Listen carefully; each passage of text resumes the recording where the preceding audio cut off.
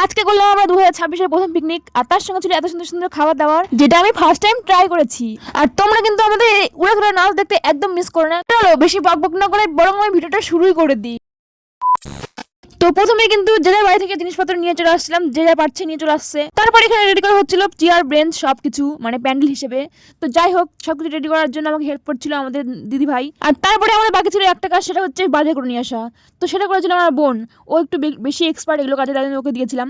তো এখানে বাজার করে সবকিছু নিয়ে চলে এসেছিল। আর তারপরে আমাদের শুরু হয়ে গেছিল কাটাকাটি, মানে পেঁয়াজ রসুন আদা যা যা লাগবে সেগুলো কেটে কেটে নিচ্ছিলাম। আমি এদিকে কাটছিলাম, আর তারপরে কাটছিল হচ্ছে আমার বুনু। আর তোমাদের একটা কাজকে বলি, যেখানে ঝগড়া নাই সেখানে পিকনিক নাই, আর যেখানে পিকনিক নাই সেখানে ঝগড়া নাই। পিকনিক করতে গেলে ঝামেলা হবেই হবে, গ্যারেন্টি 100%। আর বাঙালি বলে তো কোনো কথাই নাই।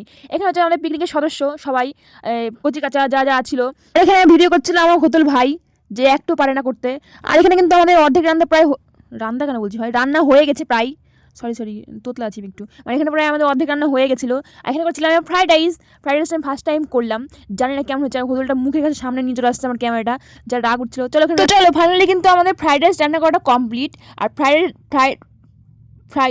ফ্রাইড রাইস রান্না করতে গিয়ে কিন্তু আমাদের ঝামেলা লেগে গেছে, ঝগড়া লেগে গিয়ে তারপরে ফ্রাইড রাইসটা হয়েছে। তো যাই হোক, এখানে আমি ছুনি হাতা নিয়ে বসে বসে মানে দাঁড়িয়ে আছি যে পিকনিকে সবাইকে খেতে দিব। আর এখানে হচ্ছে আমি কচি কাঁচা যাদের সঙ্গে পিকনিক করছিলাম।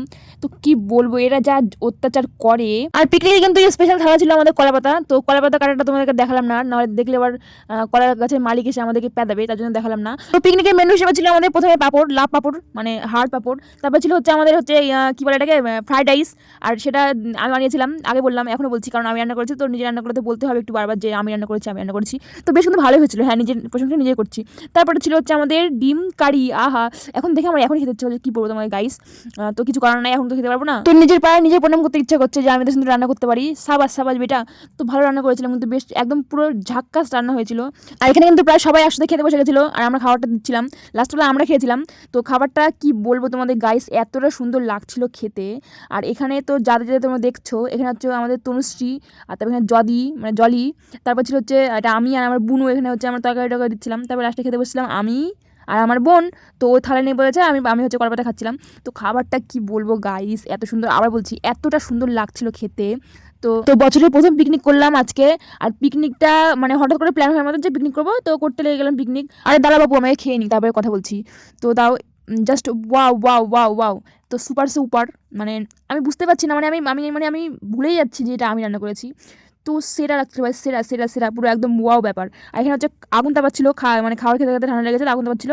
আর আমার বোন এখানে বসে বসে দেখছিল নাক দিয়া ওর ধোঁয়া বেরোচ্ছে, সেটা বারবার বের করে দেখছিল। আর আমি ভিডিও করছিলাম। আর এটা লাস্টে নাচটা দেখলে তোমরা একদম পাগল, পুরো না হেসে মানে পারবে না, হাসতে হাসতে পেট ব্যথা হয়ে যাবে। তো আমি নাচের ভিডিওগুলো পরে অবশ্যই শেয়ার করবো। তো ভিডিও লাস্ট করে দেখো। তো চলো আজকে এটুকুই বাপু, দেখা হবে অন্য একটি ব্লগে। আর ততক্ষণের জন্য বাই বাই। আর তোমরা কিন্তু শর্ট ভিডিওগুলো দেখতে একদম মিস করো না। তো বাই।